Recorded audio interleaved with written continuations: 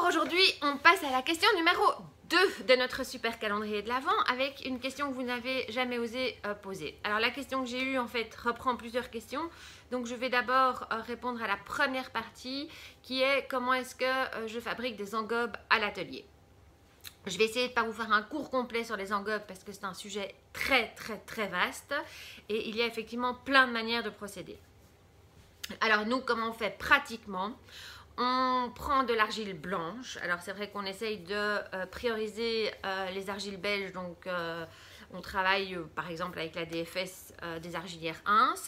On prend cette argile, on la fait sécher complètement. On la prédécoupe, hein, donc on ne prend pas le bloc comme ça, mais on fait des morceaux, quoi. On va dire, au plus vos morceaux sont petits, au plus vite ça va sécher, au mieux c'est.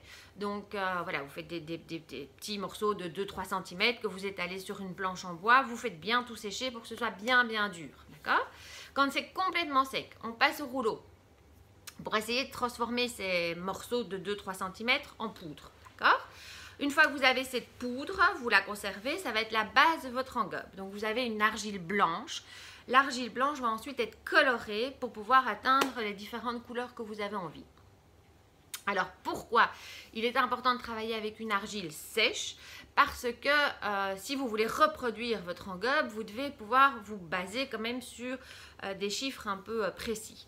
En ayant une argile sèche, quand vous pesez 100 grammes, vous avez effectivement bien 100 grammes d'argile. Si vous travaillez avec une argile humide, en fonction du taux d'humidité, 100 grammes ne représente pas la même proportion d'argile.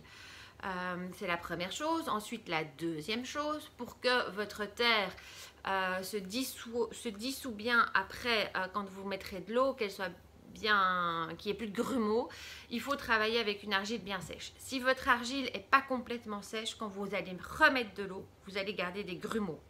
Donc vraiment, il faut que vous ayez réduit votre pain d'argile en poudre et que ce soit complètement sec. Sur votre base d'argile en poudre, vous allez prendre par exemple 100 grammes. Vous pesez 100 grammes et dans ce 100 grammes de terre blanche, sèche, pilée, vous allez venir rajouter un pourcentage soit de colorant industriel, soit d'un oxyde qui va du coup venir colorer votre argile.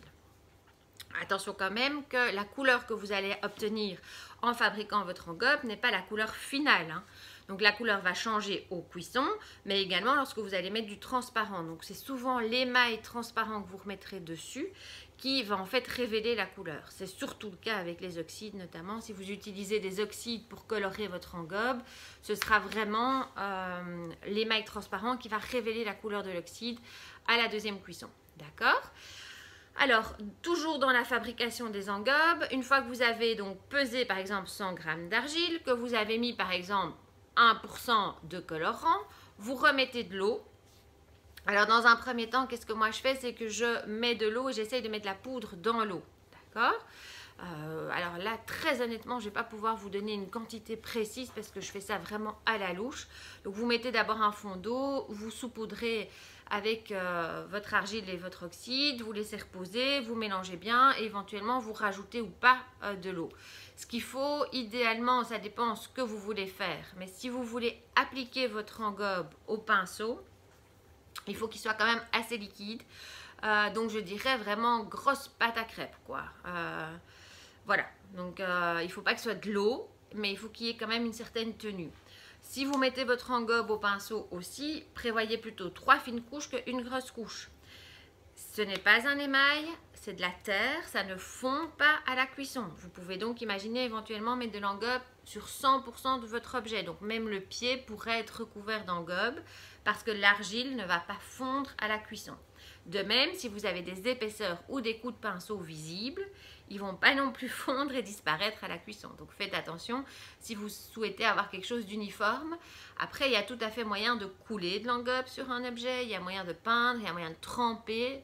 C'est souvent délicat parce que du coup on réhumidifie très fort la pièce, mais il y a vraiment moyen de faire plein de choses. Les engobes, c'est un univers infini.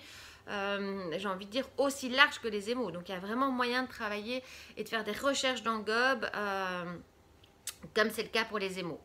Alors évidemment, ça c'est la formule qu'on utilise à l'atelier qui est la version facile. On peut très bien imaginer fabriquer un engobe. Là vous trouverez des recettes à mon avis dans des bouquins de céramique ou sur internet.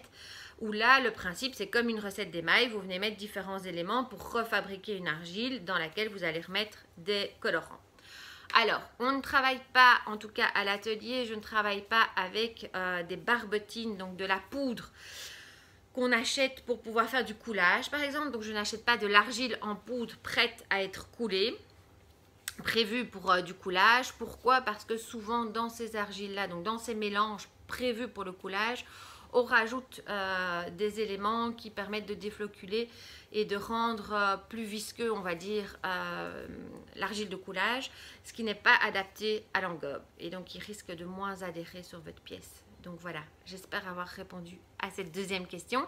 Je sais que cette question reprenait plusieurs questions, notamment sur les couleurs. Ça arrive dans les prochains jours. Donc voilà, c'était notre question 2, jour 2, Noël approche, tout doucement.